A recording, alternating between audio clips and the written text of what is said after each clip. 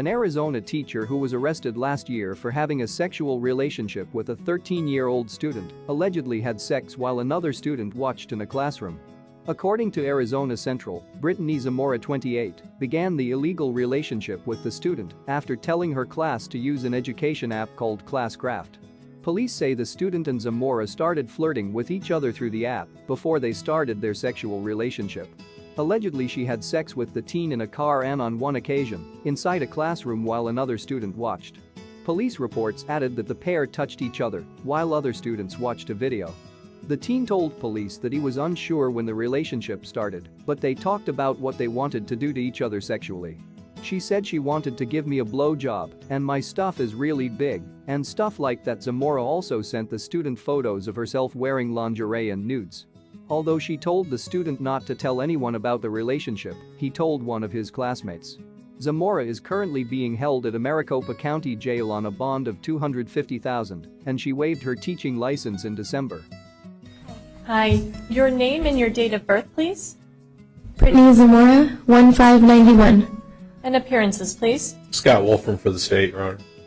You're here on a new case out of Superior Court for 4 counts of sexual conduct with a minor, Class 2 felonies, 5 counts of sexual conduct with a minor, Class 2 felonies, 2 counts of child molestation, Class 2 felonies, and 1 count of obscene material transmittal, a Class 4 felony. The court does not intend to find probable cause on 4 of those sexual conduct charges at this time. Mr. Wolfram, do you wish to address that? Your Honor, in going through the release questionnaire and the attached statement of facts, it is a little unclear as to differentiating the separate allegations themselves. I actually was, upon my review, looking at 8 sex conduct allegations, but the state's not going to argue with the court's findings with regard to the allegations before you. Given the overall nature of the allegations contained within the attached addendum, the state would be making the same request of release conditions regarding this matter in either case.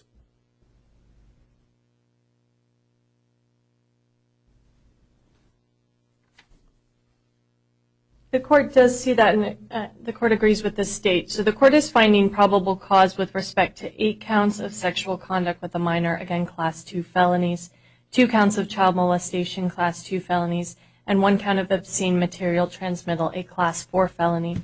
The court is not finding probable cause with respect to 1 count of sexual conduct with a minor, a Class 2 felony. Ms. Zamora, the court has appointed you an attorney. You have a status conference on March 29th at 8:30 and a preliminary hearing on April 2nd at 8:45. Both of those are at 175 West Madison. Does the state wish to address release conditions at this time? Only briefly, Your Honor. Again, the attached addendum is clear as to the nature of the allegations. It's clear we have more than 1 victim, and it remains to be determined if there are any others. Your Honor, given the nature of the allegations contained within the addendum, the state, the assigned deputy county attorney in this matter has requested a reasonable setting in the amount of $300,000 secured appearance bond, as well as the other mandatory conditions, as well as no contact with the alleged victims and or witnesses in this matter.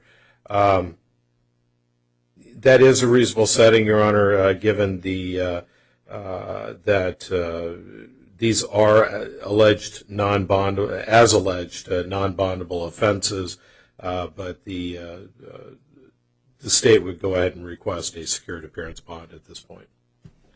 Now, Ms. Zamora, if you would like, is there anything you'd like the court to know with respect to release conditions? I don't want you to address the charges because your attorney's not here, but the court has to make a decision as to what to do with release today. So is there anything you'd like me to know about releasing you or a bond? And if you don't have anything to say, that's okay as well.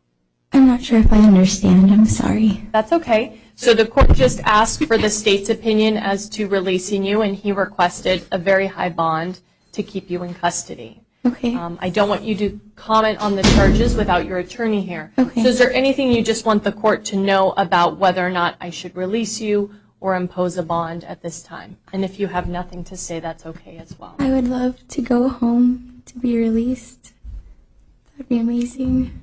You know, I don't know if there's like just stay at my house, or I'd love to go home to my husband. Anything else?